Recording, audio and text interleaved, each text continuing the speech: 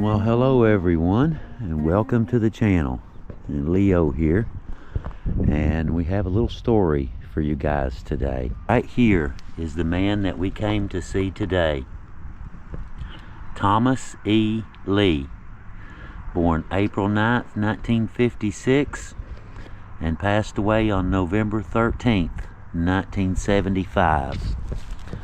Now I'm just going to kind of settle down here right beside the grave, and like I said, I have a little story to tell you guys. Now he's kind of right here under the bushes, so I'm a little bit kind of catty corner, so bear with me. But anyway, this story came from Tom and Jada, friends of the channel, after watching one of our earlier videos. Tom said another tragedy came rushing back to mind, stirred loose by the name of the young boy in the Marrowbone story. Thomas Lee. This one stayed with him because it had been told to him for years by his grandfather, this story had. Let me go ahead and kind of set the scene for you guys just a little bit. The Norfolk and Western Railway, also known as N&W, arrived here in Williamson in 1892, transforming the small river town into a major railroad and coal center. N&W built rail yards, a roundhouse, repair shops, and countless coal facilities, employing hundreds of people and reshaping the town's development for decades. Although it wasn't the largest rail yard in America by size, it was one of the most powerful and most profitable, earning the nickname King Coal for its dominance of Appalachian coal traffic. The Norfolk and Western Railway ended as an independent company in 1982 when it merged with Norfolk and Southern, but its tracks and railroad legacy remain a defining part of Williamson's history.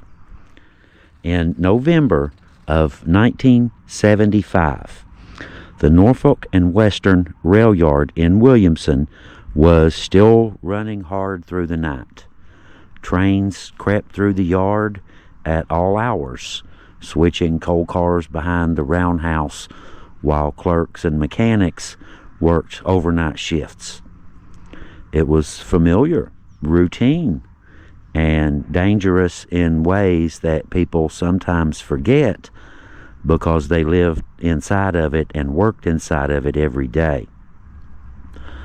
Thomas Lee here was a young clerk who worked in the office building inside the N&W rail yard. He wasn't an engineer or a brakeman, but like everyone else who worked there, he walked the tracks, crossed the yard, and moved around active rail lines as part of his normal work day. In the early morning hours of November 13th, 1975, Thomas had finished his work shift. According to what Tom's grandfather told him, the other Tom, a friend of Thomas, we'll just call this one Thomas and the friend of the show Tom. Thomas here was waiting to give him a ride home, just as he had done before. Between Thomas and that ride was a slow-moving train easing through the yard behind the roundhouse. It wasn't moving very fast at all. It didn't seem to be very threatening. It was just another train passing through a very familiar piece of ground. But instead of waiting for the train to pass, Thomas tried to cross between the cars. Now that decision became the story that Tom's grandfather never stopped telling, and became, like I said, a part of their training facility, part of their training when you started the job there. You see, as the train rolled past, Thomas slipped while crossing between the moving cars. He fell beneath the train and was killed instantly on the tracks. There was no chance to recover, no time to react. Solid steel and massive weight doesn't pause for mistakes. Tom remembered his grandfather saying that it caused quite a stir throughout the yard. Men who had worked there for decades were shaken by it. This wasn't some rare mechanical failure or a train derailment. It was a simple human decision made in a place that never forgives shortcuts or mistakes. Thomas Lee was laid to rest here in the Fairview Cemetery in Williamson, West Virginia. Tom made a point to share exactly where he is buried because the location has stayed clear in his mind all of these years. If you're facing the MZ White Mausoleum, Thomas Lee's grave is immediately to the left beneath the little evergreen bushes here. It's easy to find. It's quiet now, overlooking the same town that was shaped by the railroad that took Tom's life.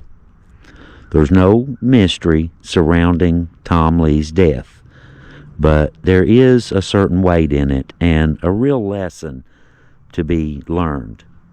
One slow-moving train, one moment of impatience, and one young life lost before daylight.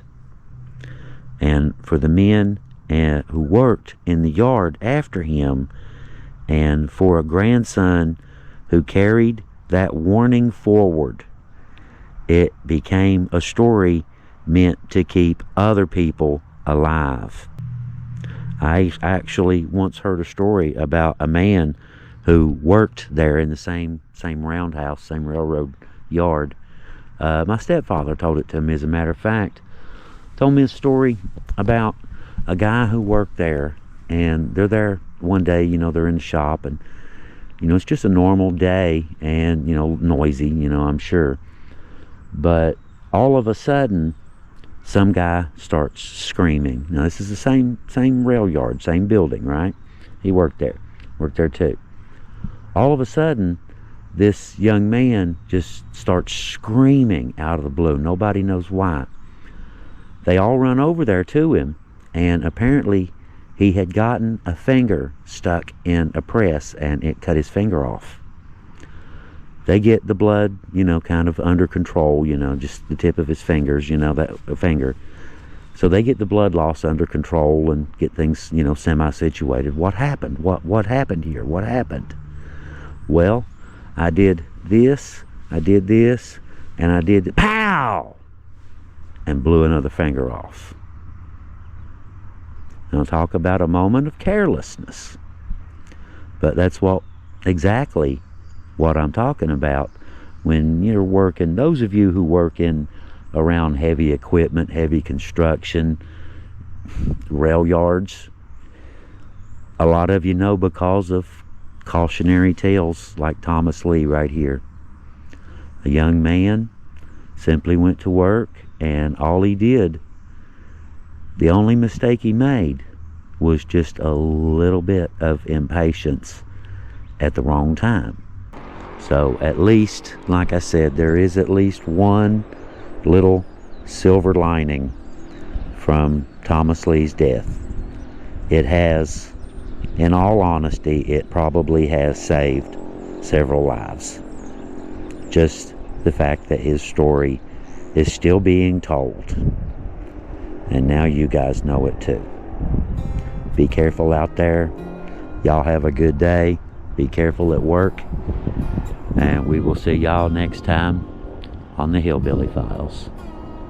Leo out.